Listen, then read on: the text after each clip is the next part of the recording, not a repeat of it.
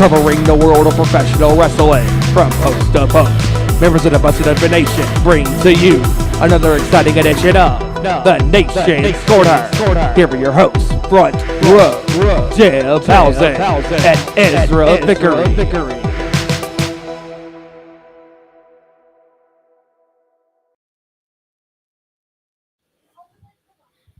Hey, what's up, pro wrestling fans? Welcome to the Nation's Corner. I am Front Row as always.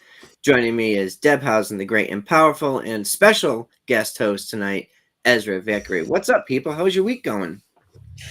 Oh, my week has been pretty good so far. Chilling on the weekend, so let's go. Let's do this. Yeah, it's been great. It's been a good but busy week now. Got a few days off. Getting ready to head out and enjoy some local independent wrestling here in a few. But can't wait to do the show with you guys. It's going to be an awesome show. Cool. Yeah, it's been as always been a pretty eventful week in the world of pro wrestling. Before we go any further, I want to give a shout out and special well wishes to Big E. You know, Big E took a nasty bump last night on SmackDown.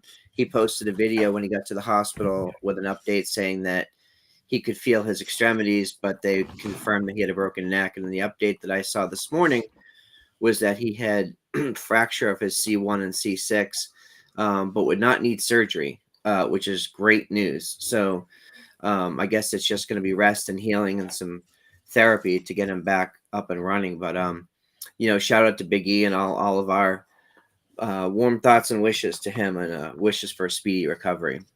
Absolutely. Yeah. You guys know how much I love the New Day, so it was really heartbreaking to see that he got hurt, but he'll be better. Yeah, it's unfortunate as it is. Pro wrestling's not ballet. Anything can happen, and unfortunately, things like this do happen. And we wish Big E the best in his recovery, and hopefully he gets back soon, bigger and badder than ever. Yep. Heck yeah. Yep. I too am a fan of the New Day. Rather, over here I have a box of Bootios and all three of their Funko Pops with the Bootios. Yes.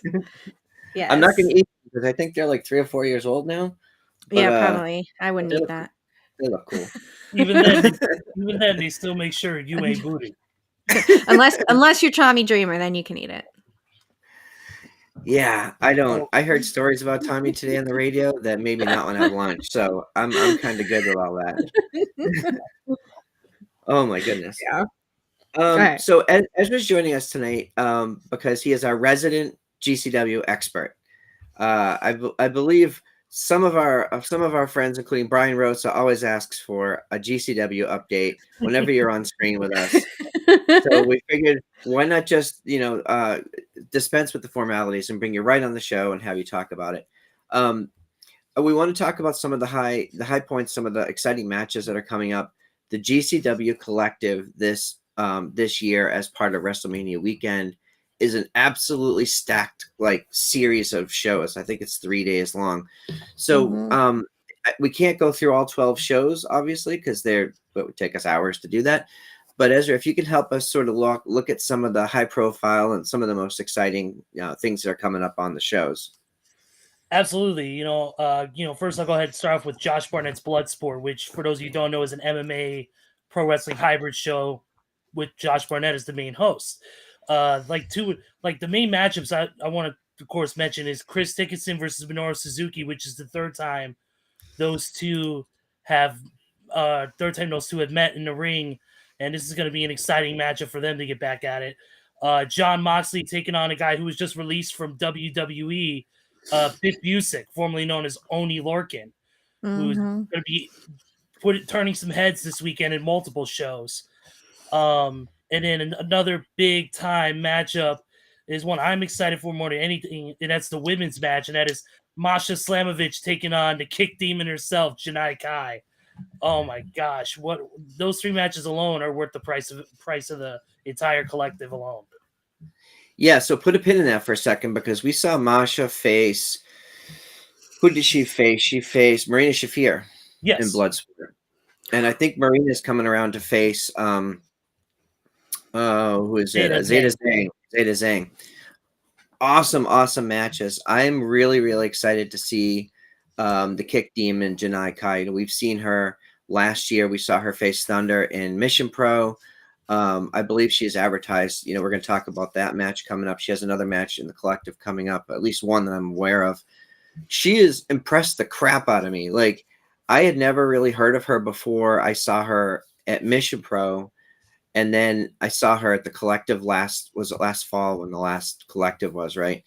Yeah. And she's not been around a ton of time, but she's super intense, super physical. If you saw her match, she was just on No Debhausen this last pay-per-view from last weekend. Holy crap, like getting in the ring with her is a long day at the office. So that's going to be a pretty cool match. Yeah. Yeah, I agree. Absolutely. It's one of the many bangers throughout the entire weekend that I can't wait to see. Bangers only. And Masha's no joke. Masha being signed to Impact. I think it's super cool when we get to see signed talents from all these different organizations coming into work, like GCW and some of the independent Warrior Wrestling and all these other places. Mm-hmm. We always talk about the Forbidden Door, which isn't really a thing anymore because everybody's kind of working together. It's just the open door. Open door. Yeah. Open door. Hey, quick shout out to Tony Justice, our co-host out on the road tonight. Brother. Up, Tony. Yeah. He's on the road somewhere. Who knows? We'll ask him that when he gets on too. Later. No, he's home for his birthday.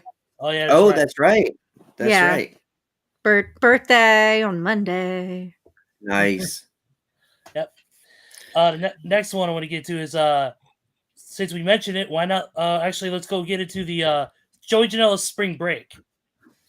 That's good. And if you've seen a Joey Janela spring break in the past, wild, crazy, unpredictable, because it's Joey Janela. Night one has got 3 matches. GCW World Title match between Jon Moxley and AJ Gray, the current Extreme Champion.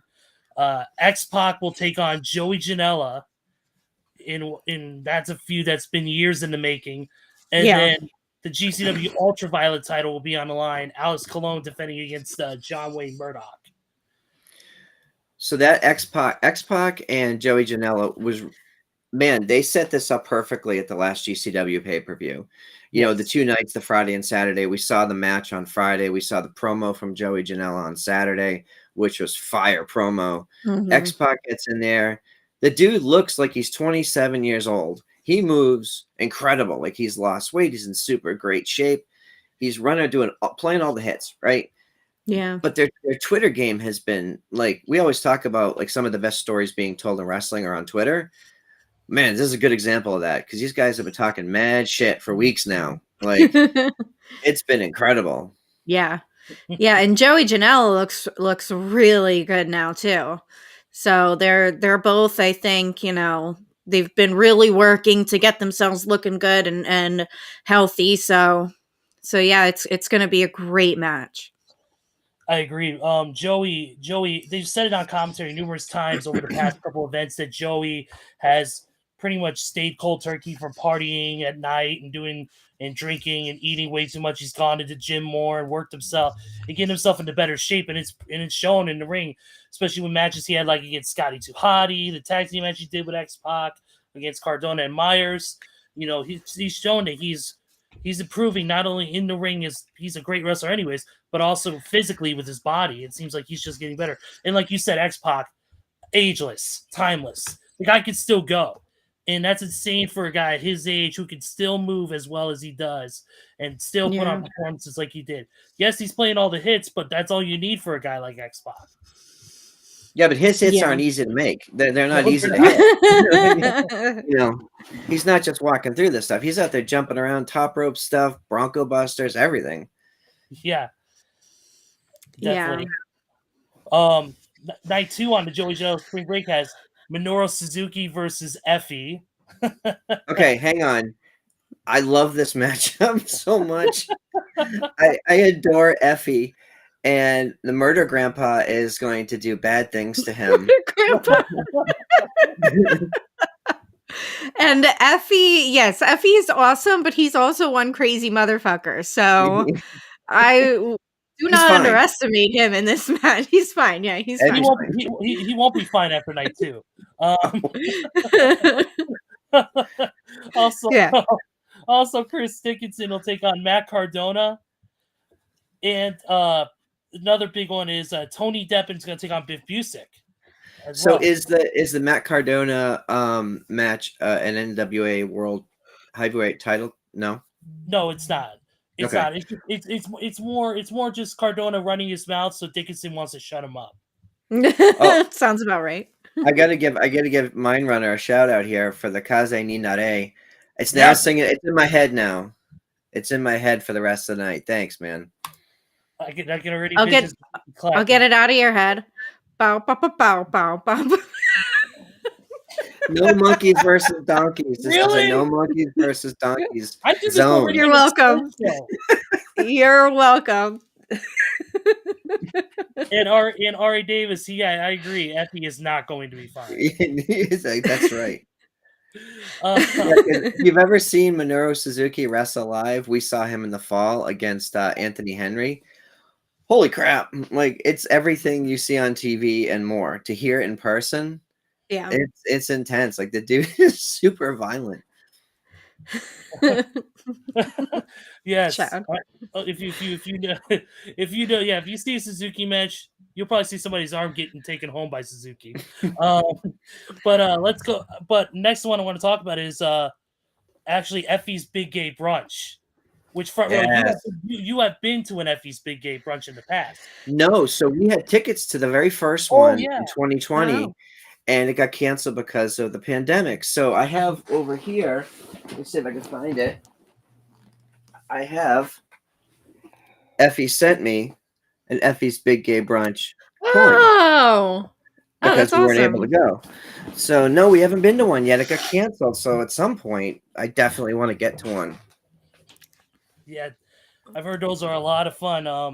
The couple highlights I see from the card that they have announced so far is, of course, Effie facing Pimpinella Escarlata in the main event. Yes. Yeah, she's a Mexican legend out there. Mm-hmm. Okay. She was in the documentary that they did last summer. Mm-hmm. Mm-hmm. Yeah. Pero is going to take on Dark Sheik. Nice. Yes. And Love that, Pero. And then Max the Impaler will take on Ida Surreal. Okay. Yeah, those are just some of the highlights there. I think more matches are expected to come from that card. I know that they announced a 4-team tag match, which involves a team Pretty in Pink, Dylan McQueen, and Kenzie Page, who will be involved. Okay. So, also World on Lucha.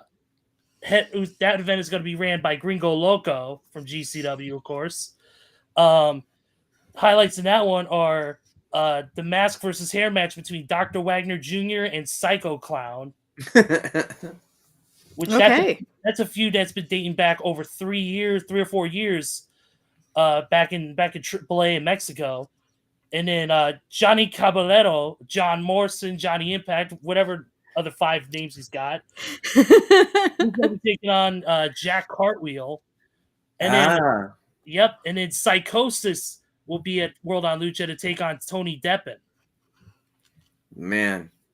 Wow. I'm a big fan of Tony Deppen. He plays a great heel, but I've seen a couple of matches from him recently that he's really upped his game. Yeah, I agree. Tony Deppen is one of those. He's got an intangible of sorts with his character because he's smug. Some of the fans love him. Some of the fans hate him. And then he even greases the wheels even more on both sides when coming out to "We Built This City." Yeah. Which is considered by many to be one of the worst songs of all time. But I digress. I love that song. But I digress. It's campy. That's why it's good. Yes, it is campy. For the Culture, which is going to be a great event. That's pretty much headlined at this point by AJ Gray versus Darius Lockhart, which that should be a banger of a match. Darius we've seen, of course, on AEW Dark, and we've seen NWA and NWA as well. The Hitmakers, which is the other members of Hit Row, Ashante Adams and Top Dollar taking on Shane Taylor Promotions. Nice. That's gonna be a banger. And then the Impact Knockouts Championship will be on the line. Tasha Steele's defending against Big Swole. Oh man, nice. Yes. That's I'm excited for that one. Yeah, also they announced JTG, Rich Swann, and Trish Adora will be on that card as well in other matches. Whew. Trish Adora is someone that's really been coming up strong in the last year. Mr. Front Row and I saw her here in Queens of Combat 2017, maybe. It was 2017 or 2018. And her first time here, she got a "Please Come Back" chant. Like, she was that good. Okay. So years later now, she's had all this experience. And if you've been paying attention, she's been showing up all over the place. You'll see her probably more and more as the months go on. But that's going to be a good matchup. Oh, yeah. I expect that. The next event is Planet Death, which is the all deathmatch tournament or the all deathmatch evening. It's basically at midnight on the 31st. So if you're up either having a good time, whatever, turn it on, watch it. It's a wreck. Sawyer Wreck versus Brandon Kirk, Jimmy Lloyd versus Sadika, and this one I'm interested in. It's Reed Bentley, who is a member of the Rejects with John Wayne Murdoch. He's going to take on a guy who's been lighting up the deathmatch scene over the past year, Hoodfoot. Mm-hmm. Yeah, wow. And it's going to be, I think that's going to be an absolute brawl. And of course, the event is hosted by Nick Gage himself. Of course. And then, of course, this is where you come in for on this one a lot. Bangers only, Mission Pro. Bangers only. Man, I want you to go through the card, but just a little bit about this. You know, as sponsors, we're super proud that Mission Pro not only is going to be a part of the collective, but they have a prime spot on Saturday afternoon. You know, it's right in the middle of the day. Everybody who is there can easily go see it. If you're watching from home, it's in between all kinds of stuff. It's not going to interfere with the nighttime WrestleMania stuff. And the card that they've put together, I know when they were talking about pay-per-view names, they had thrown some ideas around, and as the card started to come together, Bangers Only just made sense, because as you run through the card, you'll see. Oh, yeah. Yeah, and when I looked at this card, I said to myself, holy shit, I don't know how they're going to ever top this. The Hex, of course, the Hex, and Laney Luck taking on the Renegade Twins and Jasmine Allure. La Rosa Negra taking on Jody Threat. Oh, Masha Slamovich versus Lindsay Snow. Yes. War there. Lindsay Snow. Bougie Reality versus Kylan King and Genocide. And Janai Kai versus Tasha Steeles. But also appearing, Trish Adora, Veda Scott, of course, will be on commentary, Lufisto, Holodead, and then, of course, she's on the poster, even though her name wasn't announced. Of course, Thunder Rosa. Yeah. So, I mean, holy crap. Like, every one of those matches could steal the show. You know, it's crazy. Like, I look at this lineup, and like you said, there's some folks that have been on the poster and sort of around social media, and they haven't advertised matches for several of them yet. But, you know, when I heard Masha versus Lindsay, you know, we've had both Masha and Lindsay on the show before, and seen them wrestle in person a bunch of times. Neither one of them are gentle. Yeah. They hit really hard, and Lindsay is a legit, you know, MMA competitor. I look at this stuff and go, the tag match, Bougie Reality versus Kylan King and Genocide. I'm a big fan of Genocide and Kylan King, and I think the size would dictate that they could probably take this match. Yeah. But Bougie Reality over the last 3 or 4 pay-per-views have gelled as a tag team. Mm-hmm. So I would like to see them continue this, you know, streak of domination, but Mother effing King and Genocide, good luck. Yeah, I'm a big fan of Genocide. She's a star. Oh, I see mine running. Can we get a rare reunion of the Twisted Sisters at Bangers Only? Holodead hasn't booked a match yet. Hasn't been booked on a match yet. I don't know, man. I would have to think, like, I don't know, but I would have to think Holodead would defend her championship. But I don't know. You know, anything's possible at this point. Yeah. Especially with the unpredictability of this entire event, of not only this event, but all 12 events across the board with this collective. Any day is possible. Anybody could come in and join in on the fun. Like you said, all the matches haven't even been announced yet. We don't know what's going on. We'll find out soon enough. But yeah, I would agree with you, Front Row. Yeah, I would say that she should defend her Mission Pro title at that event. Well, we'll see. Well, I'm excited to see Lindsay Snow back. When we had talked to her, I think we had her on the show in the beginning of her recovery from her injury, and she's just so nice to talk to. She was a very, very nice person, and gentle is definitely not the word to use for her in the ring. Outside the ring is a different story, but yeah, I'm excited to see her. Yeah, and so this past week, I was fortunate enough to be a guest on the Mission Pro live stream on a mission where we did a review of the pay-per-view. And it's not been announced as a match yet, so nothing's official. We don't really know. But at the end of their match, JP Harlow called out Alley Catch. And she hasn't responded. I've seen some stuff on social media, so nothing official, but I have to think that they're headed towards the match at some point. And for GCW faithful, Alley Catch is royalty there. She is in death matches and with Team Bussy and like all the stuff that she's done there. I don't know that JP should have called her out. So I adore JP, friend of the show, guest of the show, love the dude. Maybe not the brightest bulb in the hall when it comes to challenging people. So we'll see if that match actually gets made for this pay-per-view or not. But but he's got the best entrance song ever. So he does. This is a fair point.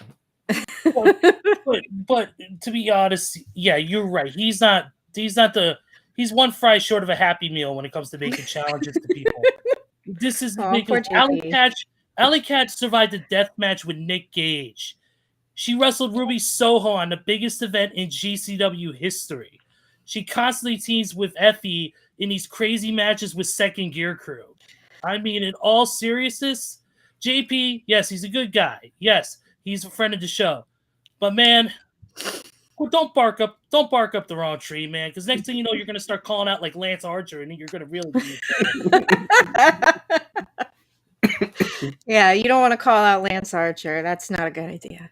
Yeah, I agree. Mind Runner JP is legendary in his own mind. Legend. In my mind as well. Okay. Burrito. No, JP is great. Oh, now Brian's in the chat. Oh, Brian. Yeah. Bow, bow, bow, bow, bow, bow, bow, bow, bow. You're welcome. Never underestimate JP. All right, maybe you know him better than we do, so good luck to him. We will be watching if that match actually gets made for the pay-per-view, but see where that goes. So Bangers Only is going to be awesome. We're going to have a good time watching that. Oh yeah, the whole collective weekend is pretty crazy, and the stuff that they've done, they've elevated their brand to the point now where it's hotter than some of the major promotions. Like people who are at a high level want to be there and perform. People who are in the in the area of the events will do anything to be there. You know, a bunch of folks in our group have been to those events. I know Trent has been to a few of them now. And I would love to get to one of those shows at some point. Hopefully they come a little further out east, but so it's going to be cool. So you can actually go on Fight TV and buy the package, or if you want to buy the individual pay-per-views, I think they're like what, $13 or $15 for a show, something like that. Don't quote me on that. Go look yourself and look up the prices, but they're very affordable. So we're definitely going to be watching those. Yeah. Did you hit all the big ones? Yeah, I pretty much hit all the big ones. Really nothing else to add to that outside of to stick on the GCW topic. Real quick, tonight on Fight in about 30 minutes is GCW Astronaut live from Center Stage in Atlanta. It's going to feature two main matches on the card, including Blake Christian versus Jonathan Gresham. The Hate Club defending the GCW tag titles against Second Gear Crew's Matt Justice and AJ Gray, and then Jordy Grace versus Alley Catch. Those three. Wow. Okay. Yeah. Wow. Yep. But And then otherwise, that's it. And the other thing I wanted to ask you about was tonight's big night for Warrior Wrestling. Yeah. And I know that there was an advertised card, and I've seen some changes to the card through the afternoon due to travel delays and because of the storms and stuff like that. I think Thunder Rosa and Athena were supposed to fight AQA and who else? Sky Blue. Sky Blue, but AQA is out, right? Do we know who's replacing her? They've announced no replacement for AQA yet. There's nothing on any of the Warrior Wrestling social medias. Okay. I don't know. Maybe Brian's in the chat. He probably knows more than we do, but so that's pretty cool. Okay, so those are some crazy. There's so much cool stuff going on. We haven't even talked about the big stuff yet. So Deb, I wanted to ask you some questions. We wanted to talk a little bit about some of the AEW stuff that's going on this week because it was a huge week. Like all kinds of crazy shit happened in AEW this week. Obviously, the most talked about thing that's been happening was Jeff Hardy debuting and Hardy Boys returning and joining back up, and of course Jeff Hardy dancing to the ring, slowly coming to his brother's aid. Those videos were everywhere. It was great, though. It was awesome. Oh my god! Yeah. Right. So, where do you want to start? Well, let's start with Jeff Hardy. It's the obvious. We knew that his contract was expiring on Wednesday. Matt Hardy said it himself on his podcast. He said, was it a couple weeks ago that Jeff's contract was expiring on the 9th. So it was kind of a given. Like, he already said in an interview that he was going to be joining AEW. So it was definitely a given. It was not a complete surprise, but that doesn't negate the fact that it was freaking awesome. Can we agree for a second that AEW keeps the worst secrets? Oh yes. Oh yeah. But they have kept some secrets when it matters. True. But they have been selective and I think strategic in the secrets that they do give out. But yeah, like even the CM Punk thing, like they kept it a secret, but not really. So Jeff Hardy coming back, I think he looks great. The two of them together, I feel like they might be at the top of their game. Like they're older, but they're smarter, they're more experienced, and they both look very good and healthy right now. So I'm super excited. When they came out on Rampage last night, I popped at just like how much they look exactly like their Attitude Era selves. It was just crazy. Yeah, I saw a picture. My friend Kim, if you give her a follow on Twitter @KimberLastKick, she takes some unbelievable photos at wrestling events. She posted a picture from the Rampage, of the Hardy Boys coming down the ramp, and it captures like how healthy they both look. Specifically, yeah. I thought that Jeff looked amazing. He looked the best I think he's been in a long time. And Jeff. And to me, it was awesome to see both guys back together again. I mean, yes, it's the worst kept secret in pro wrestling with AEW with any return. But you got to think, they've never let us down with those returns, whether it's CM or debuts, whether it's CM Punk, whether it's Jeff Hardy, whether it's whoever. It doesn't matter who it is. They've always brought it, and they've always made it a grand moment. And Jeff's moment, yes, the dancing to the ring, but trying to go after his brother was freaking hysterical. That was great, but also it was awesome to hear the classic Hardy Boys theme Loaded, which a lot of people were wondering, how did they get that? The thing is that it's a royalty-free song that has been used for over 2 decades, that everybody from WWE to Spike TV to TV commercials all around have used that song for their commercials and brands. So it was smart of Tony Khan to pounce on that and buy the rights to it, to use it for AEW and for the Hardy Boys. Yeah. Interesting thing, because when people from outside of AEW debut, they can't typically use, like, CM Punk's an exception, but typically when somebody comes in, like, they have new music. So when the new music hits, people are like, "Oh, who is this?" You know, and you have to wait Yeah. for traffic to come up, whatever. As soon as Loaded hit, you immediately knew it was happening. Yeah. Yes. And I was dancing right there along with him too. Sure. Yeah. All right. So what's next? So we did have a title change. Sammy Guevara lost to Scorpio Sky, which is, you guys know how much of a fan I am of Sammy Guevara, but I just love that Scorpio Sky is getting this opportunity to shine on his own. I think it's about damn time.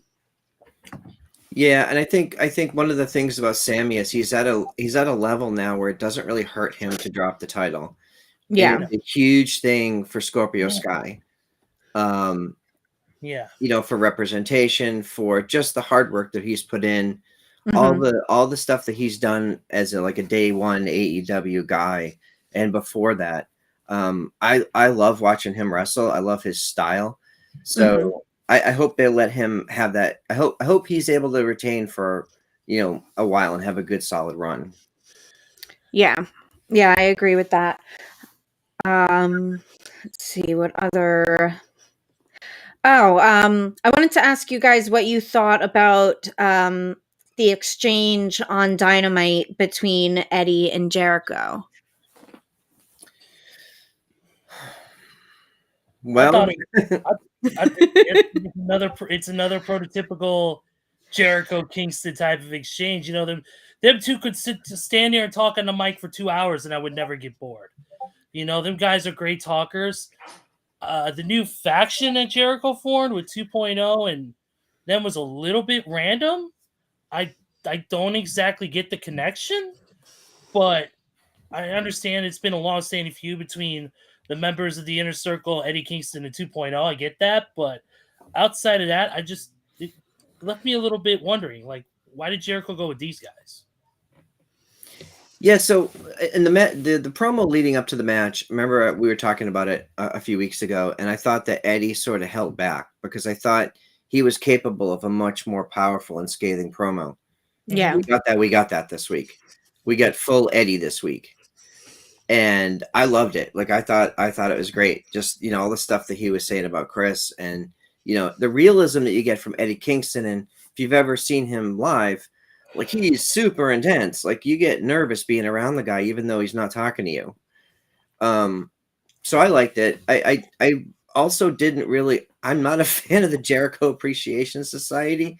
When I saw the T-shirt, it says JS. I just said Jazz. Like, this makes no That's sense funny. to me. But Jericho will make it work. He always makes everything work. He figures it out. I don't know. Yeah. He took a piece of paper, put a pen, and made it into the most talked about thing for 2 years. Yeah. Right. Exactly. I do like I like the change up. The Inner Circle had a quite a long run. And so I do like the change up. Sammy's doing his own thing, so I don't think he necessarily needs to be alongside Jericho anymore. Jericho lifted him up to that next level. But yeah, I do like the change. I'm interested to see what this next group is gonna do. And I do like the fact that Jericho looks really good right now. I don't know what he's been doing different. Maybe he's on that DDPY as well. He looks really good right now.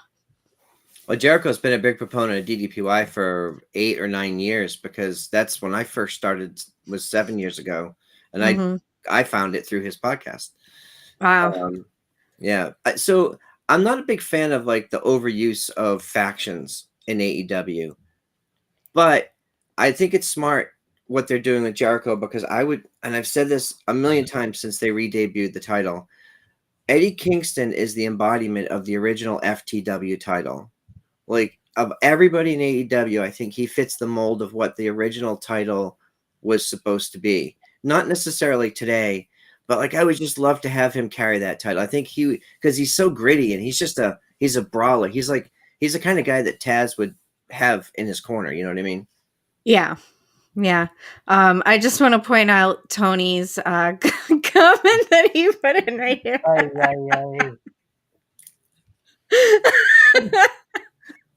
Ba, ba, ba, ba, ba. Thanks, Tony. I think Tony's had some daddy sodas. I think so. That pops me. Sorry. Yeah, the Jericho Appreciation Society. I'm not sure about the name, but like you said, I'm sure Jericho will figure it out, make everything work, and it'll be awesome. So We'll see. Yeah. Now on the most major thing, obviously, is so we saw Britt defeat Thunder at Revolution. And then on Wednesday on Dynamite, Thunder beat Layla Hirsch. And then we find out that next week on Dynamite, Thunder is getting her rematch for the title shot at home in San Antonio. So, yeah. What are you guys' thoughts on that? Go ahead, Ezra. I think that this is going to be probably outside of maybe one or two other matches Britt has had in the outside Thunder's had in the past. I think this is the most important match of Thunder's career, no doubt, far none. Biggest stage in this type of match, and we've seen what's been going on with the whole Britt Baker thing, with the constant interference from Jamie Hayter and Rebel. I think this is going to be finally the fair match. Hopefully, the fair match that we as fans been wanting for Thunder. This is going to be a brutal affair. It's going to be awesome, and I'm praying to the Lord's above that in San Antonio, Texas, in her home state, in her hometown, we see Thunder Rosa walk out of that cage with that AEW Women's World Title held high above her head. If they don't, they better be prepared for that building to go up in flames. That's all I'm going to say. You might be right. Yeah, so if you go back to the Revolution match, it was a good match. Obviously, Britt is the champion and she brought the fight. But once again, like all of her title defenses pretty much end in some shenanigans, and she needs help to win. Right. You lock her in a cage with an MMA fighter with no help. Good luck. And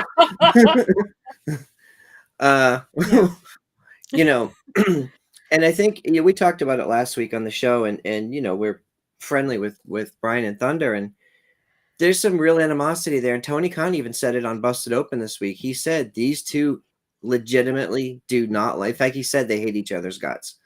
Yeah. So you're going into this match on what will probably main event Dynamite in a steel cage in San Antonio. I don't think the stars could have aligned any more perfectly, and nothing would make me happier than to see her have that title. Because I will break a TV if she doesn't win. So yeah, I think if Thunder doesn't win, we riot. Yeah. I mean, quietly and on Zoom, but we'll still riot. Right. Yes. I might close my computer screen really hard.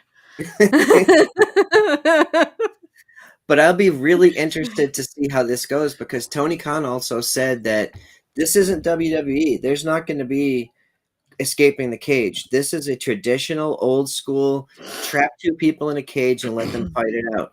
Pinfall or submission. Will there be weapons involved? We don't know. Maybe. That'd be interesting. But at the same time, I know Britt's been talking a lot of shit on Twitter, and it's not been going well for her. So I'm really excited about this match on Dynamite. I can't wait. It's gonna be cool. Yeah, I can't wait. I can't wait to see, Thunder kick Britt's ass. And hopefully Thunder has some few people in her corner there since she's at home. So yeah. Mine runner says Britt got me worked into a shoot when she was talking smack about Mission Pro. I'm with you, man. You don't talk trash about women's promotions. It's not a good look. No, not it is not. And she claims to be the leader of the women's revolution, or the women's wrestling division, whatever she calls herself. That ain't it. That's not how you do it. Sorry, Ezra. No, I was gonna say you guys say you're gonna break your TV or slam your computer.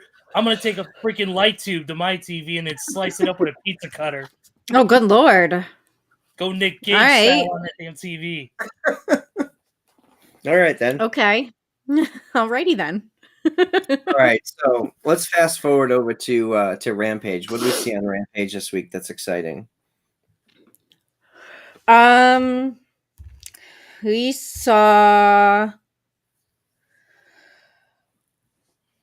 Keith Lee defeated QT Marshall, which was I really am enjoying this new Keith Lee we got. He's a powerhouse, and he was throwing him around like crazy. And I think the big highlight of the night was we saw Shane Strickland. He defeated Tony Nese. Shane Strickland is just, dude is off the charts, man.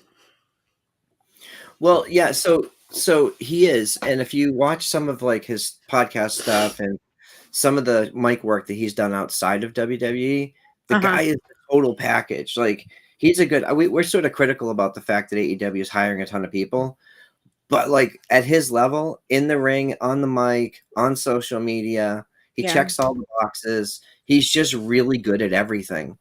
Yeah. So I think it was a good signing, and I'm glad to see him immediately on TV. Yeah, he was a good get. Yeah, and Shane is a multi-purpose star, because if you need him to wrestle a hardcore match, he can do it. If you need him to wrestle a technical match, he can do it. If you need him to wrestle a high-flying spot fest, he can do it. The guy is great in the ring overall. Like you said, his mic skills are off the chain. If you listen to Swerve City podcast, he does some awesome interviews, including the latest one with LaGreca, which is really, really good from what I've heard. And so I think he's like you said, he's the total package. He brings everything to the table. That was a great gift for AEW, because he, like I said, he just brings a lot to the table. He's a multi-tool player, and I think that he's gonna be a cornerstone for that company for a while. Yeah, agreed. And also, it's nice to see Tony Nese, because like they made a big deal out of him coming to AEW, and then like they didn't do anything with him. So, like, okay, I understand they've got to wait for the right moment to get him in something meaningful. And the match that we saw with Shane was awesome. I think he was the right opponent for that matchup. Yeah, absolutely. He was the right person that could show, Swerve and, introduce him to this new fan base, and they both elevate each other. They're both so good. Yeah, yep. And it also helps when your opponent has a past history with you, because Strickland and Tony Nese go back to the NXT 205 Live days, where they have faced each other in several matches over that time. So they have that familiarity and that chemistry with each other. Mm-hmm. Yeah, absolutely. All right. Anything else you wanted to touch on about AEW this week? I think we hit most of the big matches.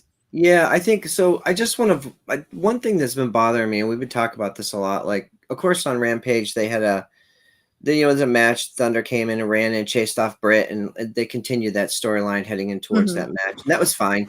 I thought that was cool. But they just don't have like really good non-title storylines.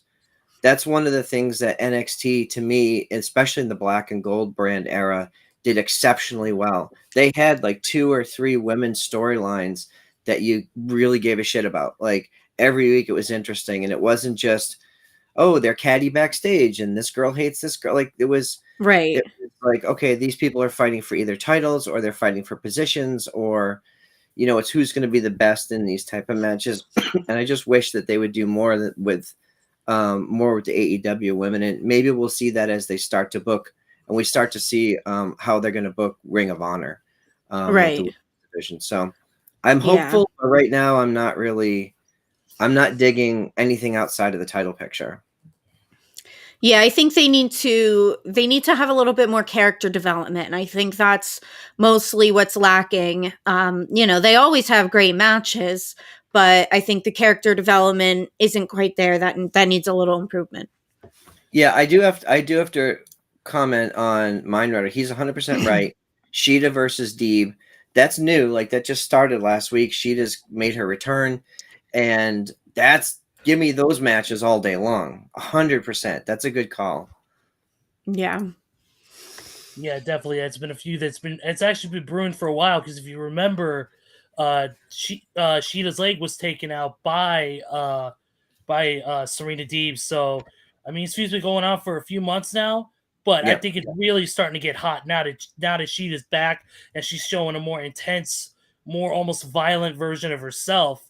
And so I think it's going to lead to a crazy match between them two, like what my runner said, an Iron Woman match or something of that nature. I think that would actually be really good for maybe like a Double or Nothing or something like that.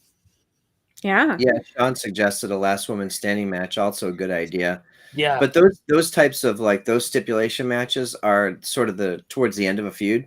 So give me 5, 6, 7 solid matches, I'm here for it. Right. Mindrunner says in the chat, Paige Van Zandt versus Tay Conti. Me personally, I'm not too high on Paige Van Zandt. I know she was a fighter, and I think AEW's trying to make her their version of Ronda Rousey, but I think Paige Van Zandt doesn't have the name recognition that Ronda Rousey does. I had never heard of her until she started appearing on AEW. And for being a fighter, when she tried to kick Tay Conti the other night, that did not look good. Yeah, and the other thing too, I agree. I'll be interested to see how they transition her into a pro wrestling environment, because she is a talented martial artist, but not everybody can make the transition. And Brian also brings out that Jade's Open Challenge could get interesting, especially if they're bringing people from the outside. That could get really interesting. So yeah. So there are some possibilities there. There's stuff on the horizon that we could be excited about. I just think in the past we haven't really seen it, but we're getting there, which is good. Yeah. All right. So if we're done with AEW, I'd like to move on to Pat McAfee, if you guys don't mind. Please. Okay, so if any of you haven't seen Pat McAfee's video that he posted on Twitter yesterday morning, I believe it was, go watch it when we're done in a few minutes, not right now. And dude is on another level. Seriously, he is operating on another level. He is one of the most hardworking people with all the shit that he does, all the different jobs that he does, trying to traveling to go to SmackDown every week and then doing his show. And he's living his dream, man. Yeah, I watched that video twice because, okay, so a friend of mine knows Pat really well and works with him. And Pat is a lifelong WWE wrestling, pro wrestling fan. And I've been waiting for them to tell that story. Like they've talked about it a little bit here in interviews, and he's mentioned it on his show.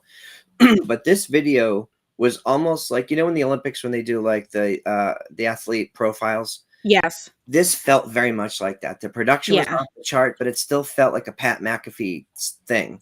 Yeah. He talks about he's so passionate about this stuff. He pays for his own private jet to go to SmackDown. It costs him more money to go to SmackDown than he makes. He's losing money performing on SmackDown. That's how much he loves this thing. And it's exciting to me as a fan, because I'm like, they showed interviews with him from like years ago when he was in the NFL, even before the NFL, talking about how he wanted to be, a pro wrestler or a WWE superstar or whatever. Mhm. And you're right. He just talks about, chasing your dreams and making it a reality. I thought it was everybody should watch the video, Yeah. whether you're a WWE fan or not. You will love this dude after you watch the video. And I've been a fan of him for a while. I've been a fan of his for a long time. I noticed him first when he was doing the NXT pre-show stuff with Sam Roberts. And I was like, oh, this guy's hilarious. He's awesome. He's fun. And just everything he's done since then, he works so hard to accomplish what he wants to accomplish. Like, he will stop at nothing to get what he wants. And the passion is just obvious. Yeah. Ezra, did you see the video? Yes, I watched it. It was very motivational, and it's a story that I think a lot of people need to see. And that is that, Pat built himself from the ground up. He did everything his way. He did it the right way. I mean, I first got on the radar of Pat when he was the kicker for the Indianapolis Colts, because he was a kicker who was not only a kicker who he had a crazy personality to him where other players kind of didn't.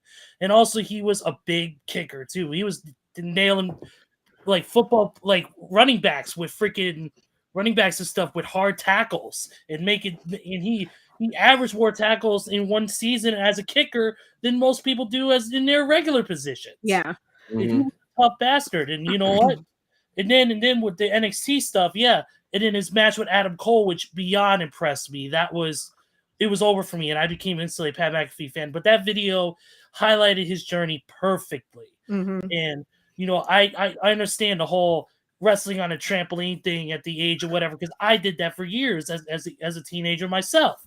Yeah, I did that for years, and and he's proving to everybody that work hard, do it right, be motivated, be determined. You can get wherever you need to go, and he's proven that. And I cannot wait to see him prove those people and show, hey, if I can do it, you can do it too. I can't wait till WrestleMania. I can't wait to see him and Austin Theory tear it up. So there's a story that we've all probably heard at this point, and I've heard Sam and Mark Henry both tell this story. They were at Caroline's years ago. I think it was the night before WrestleMania, where Pat was supposed to do commentary and do some pre-show stuff. They were at Caroline's. Pat was super drunk. So Sam doesn't drink. Mark doesn't drink. The three of them go upstairs to the lobby to try to get him a cab or an Uber or something to get him back to his hotel. He gets sick in the lobby. He gets sick outside. Pat is just a mess. Mark Henry has to pick him up. Now, Pat's a big dude. Mark's bigger. Mark's bigger, yes. Puts him over his shoulder, carries him out, drops him on the curb where he's then sick again. And Sam and Mark had to stand out there and wait for a cab to come and take him away. And they went back into the comedy club. But the next day at WrestleMania, everybody was making fun of Pat. Everybody had heard the story. And it was one of those things where he was like, all right, that's my bad. That's on me. And he just took it in stride. It was a sort of a, like a trial by fire sort of thing. And everybody was like, all right, he's one of us. Like he's cool. Like he made a fool of himself, but it's fine. And that's very Pat. Like that's his personality. Yeah, his personality shines in everything he does. Like just when he was doing the NXT pre-shows, and I didn't know who he was from football necessarily, because he was a kicker. Nobody knows anything about kickers. But it's true. I was like, this dude is literally wearing shorts, standing out here, interviewing people in the pre-show. He's wearing shorts, and I was like, okay, I like this guy. What's funny, and I think they both talked about this, and I've heard Sam talk about this. When Sam does NXT pre-shows, they don't direct him. They give him time cues. They don't tell him what to say, which is unusual, right? They did the same thing with Pat. So it was Charlie Caruso, Sam Roberts, and Pat McAfee, and only one of them was getting direction. That was Charlie. Yeah. So that everything that you saw with Pat and Sam was all organic, all off the cuff. Like Pat just knew all the stuff about NXT. It's and then fast forward to this week, Pat's on commentary doing the Steve Austin chant, and he cracked Michael Cole Like I've never seen him crack on camera before. Yes. Yes, and we also got to see him get nearly wiped out by the WWE title courtesy of Brock Lesnar. Brock just threw it right over at him. Yep. That See was Pat it. jump out of his chair, go, oh shit. Yeah. But that's one of the most enjoyable things about watching SmackDown nowadays is the on-air relationship between Pat McAfee and Michael Cole. I think their personalities mesh so well for some odd reason, and Pat has really like reinvigorated Michael Cole. It's true because Michael Cole said that in an interview recently. I don't know if it was on Pat's show or another interview he did, that this is the most fun he's had. Like it reinvigorated his love for doing this, and he has so much fun working with Pat. And you can see it. And Vince even said the same thing on the interview that Pat did with him last week. You know, they all love him there. He brings so much energy, but he never takes it so far off the rails that you're like, oh, this guy's terrible. Yeah. Yeah, he knows when to reel it in and get back on topic. Mm-hmm. Yeah, he doesn't make the show about himself. That's he's not trying to put himself over above everybody else. He's he's just trying to make the show more enjoyable and more fun through his comedy and through the way he acts. He's not trying to steal the spotlight from anybody else. Mm-hmm. People have to recognize the fact that Pat is on he's on network television on Fox. It's the biggest audience that WWE has. And not only is he not scripted, but he's not given any direction. Like they tell him out there and go be Pat. Like that's a lot of trust. Right. It's obvious that Vince thinks very highly of Pat. To have him perform in these roles that he's having him in with little to no direction, and then offer him a match at WrestleMania, and to be on his show for the first interview that Vince has had in God knows how many years. Yeah, it's 15 years, I think, since the last one. That was with Bob Costas, right? Yep. Yeah. Yeah, so definitely go check that video out if you haven't seen it. Whether you're watching WWE or not, just watch Pat's video because it's inspiring. It's very cool. I always talk about reality for me, the more real wrestling is, the more I'm invested. And I've been enjoying, I'm not super invested in Raw, but RKBro makes me want to watch. And they've been doing this for months and months. And last week, Randy Orton got on the mic and he talked about, this is honestly the most fun I've had maybe in my career. Like, I love working with this guy. And I really got the feeling like this was him speaking from the heart. Like he was really, and you could see Riddle going, yeah, he knew what he was going to say. Yeah. Behind the fog in his eyes. There's some of that. Permanent fog. Yeah. I don't know if you saw Randy's comments, but he was like, that was the real guy. That was not the character. That was not the Viper. That was Randy Orton. Or it felt like it to me. Yeah, you can definitely tell. I went back and watched that segment earlier this afternoon. And you can tell that Orton is having fun, and just it reminded me of when Cena got to a point in his career where he was just going out there and having fun. Like one of the first, it was the first actually, the first WWE live event I ever went to here in Bethlehem. It was in 2011, and John Cena, I think, was going against R-Truth, or he was tagging with R-Truth against someone. I can't remember specifically, but it was obvious to me at that point in 2011 that John Cena was just going out there and having fun. The crowd was chanting to R-Truth, "You can't wrestle," and Cena was just standing there in the ring laughing. So this definitely reminds me of that he's at an age where he doesn't necessarily need to prove himself. He's a veteran, and he's just going out there and having the time of his life. Agreed. Veteran with a Hall of Fame career and 13 world titles to his credit. He doesn't need to go out there and go win another title or be on the main event of WrestleMania. He can go out there and do these things with Matt Riddle or whoever he wants because he's Randy Orton. He's untouchable. He's Teflon. He could go out there. He could go out there in a freaking Lederhosen and dance around with freaking people, and guess what? Nobody's gonna think more or less than him. I'd like to see that.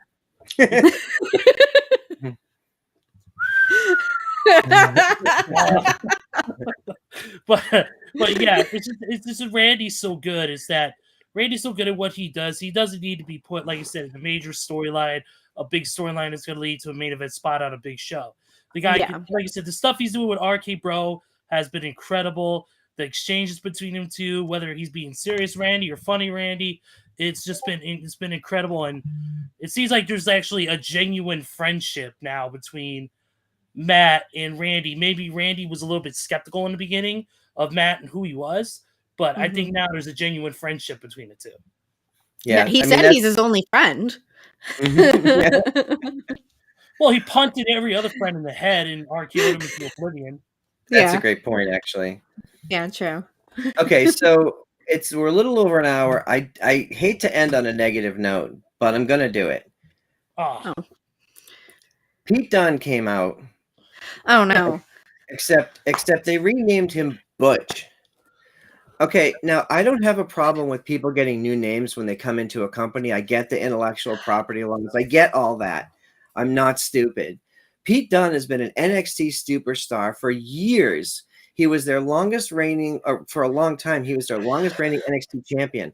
He was in NXT for the last couple of years. Why do you give him a new name? Everybody knows who Pete Dunne is. They did the same thing with Piper Niven. Like, we know who these people are. Yeah, and then the commentary acted like we've never seen this guy before, and they had to introduce him to us. Like, we know who the F he is. Well, to Pat's credit, Pat said you may know him by another name. So he acknowledged the fact that there was a name change there. But Butch? Why? I don't even know.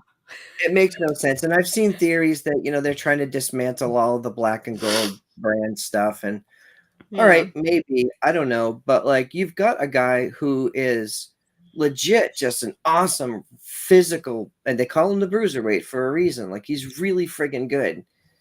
And then you put a cap on him and you call him Butch. Yeah. Like, what the actual fuck? Like, it's ridiculous. It makes me want to not watch that show anymore. Thankfully, there was other stuff on that I was interested in. Brock's stuff was good. We already talked about the other parts of the show. Ronda and Becky. We didn't have time to talk about Robin and Becky because they're actually making me care about that match after last night. Super physical. Ronda and Charlotte, rather. Charlotte, yeah. Charlotte actually punched Hurricane in the face and bruised his eye. So, like, that melee was pretty good back there. But I'm really like that. What's up with that? Yeah, Butch. What's up with that? Butch is like, I really think they're trying to make this group like 1920s gangsters from the Lower East Side of New York City. Like that's yeah. I don't know,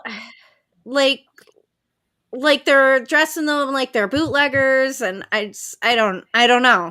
What is this, West Side Story? You would think, they're, I don't know. It's like Boardwalk Empire. I can't even. I don't get it. I don't get the name change.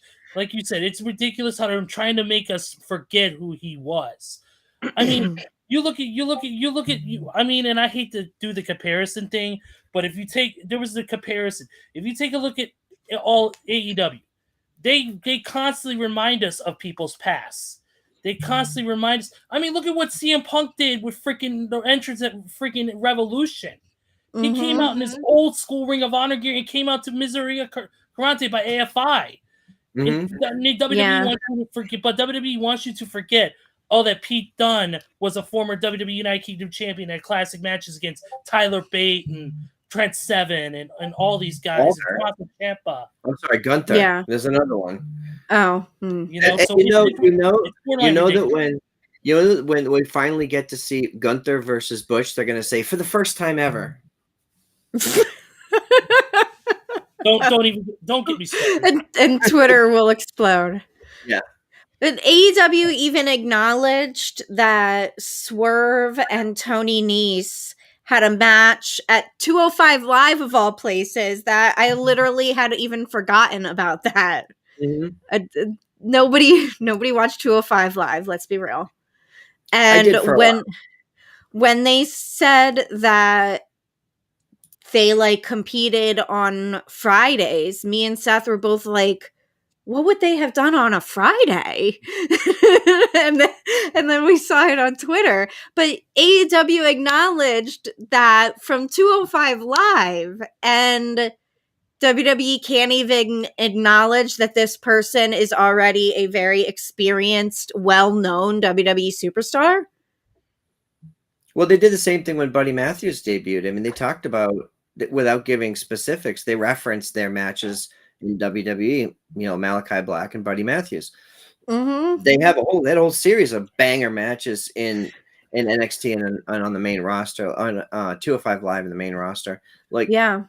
So, yeah, I mean, just don't insult my intelligence. Like, I get it. I understand you need to give somebody a new name if they're coming into the company. That's fine. Like when Asuka came in, I remember they introduced her and she came out in the big letter said Kana, which is her real name. And then they sort of morphed into Asuka. They're like, okay, this is Asuka. We're giving her you a new name. And that was her debut. I'm like, okay, from here on in, she's Asuka. But they didn't wait 4 years into her run to change her name. Well, that would be stupid. That's like Shinsuke Nakamura. That's his real name. Like, what if they just started calling him something else after being there for 6 years or whatever? I don't know. All right. End rant. I'm done. Okay. Calm down there. Calm down there, my brother. Get off my lawn. It's like Aldo, right? It's the first front row rant. Wow. Get off my lawn. I've had a few. So we got big stuff coming up this week. Shout out to our friend Thunder. Hope she wins the title on Wednesday. The whole card looks pretty cool. It's gonna be a fun show. Everybody's heading towards WrestleMania weekend with GCW Collective, and there's just a shit ton of stuff to do that weekend in the area around Mania. If you don't even go to Busted Open Mania, Party. Yep, you guys will be there. Other side. Yep, you guys will be there for the Busted Open Party, for probably some of GCW, for WrestleMania, WrestleCon. Did you hear Bray Wyatt's going to be at WrestleCon? Oh, really? I had no idea. That is brand new information. Speaking of brand new information, All Elite Wrestling just tweeted out a new show debuts tomorrow called Hey EW, hosted by RJ City. Yes, talking about that. Debhausen. Nice. Yes. I adore RJ City. I love him too. He's amazing. If any of you out there are gonna be in Dallas for WrestleMania weekend, me, Seth, Chris, Tony, I believe Trenda, Chad, Money Mark, and the Garzas are going. I'm not sure about anybody else. We will all be in Dallas for WrestleMania weekend. We will be going to the Busted Open Party. If you see us, say hi. Nice. We'll probably be wasted. Chances are good. chances are good. All I ask is that if you guys go to Effie's Big Gay Brunch, if someone goes, I want a t-shirt, I'll give you the money for it. I just want an Effie's Big Gay Brunch t-shirt. I would talk to Trenda about that. All right, Trenda. I don't know. I don't know what her plans are. Trenda says she's coming. She's waving. Excellent. Yes. Okay.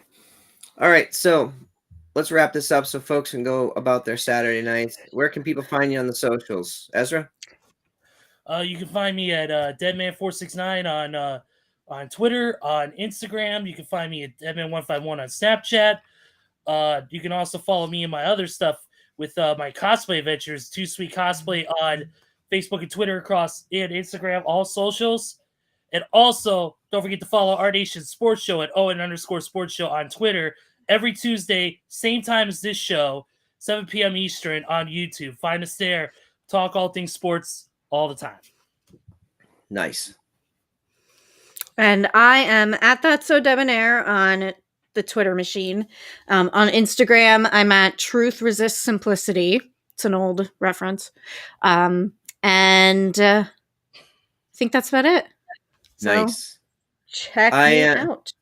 Check her out. I am PW Front Row across all the socials. We are at Nation Show on Twitter and Nation's Corner. Jesus Christ.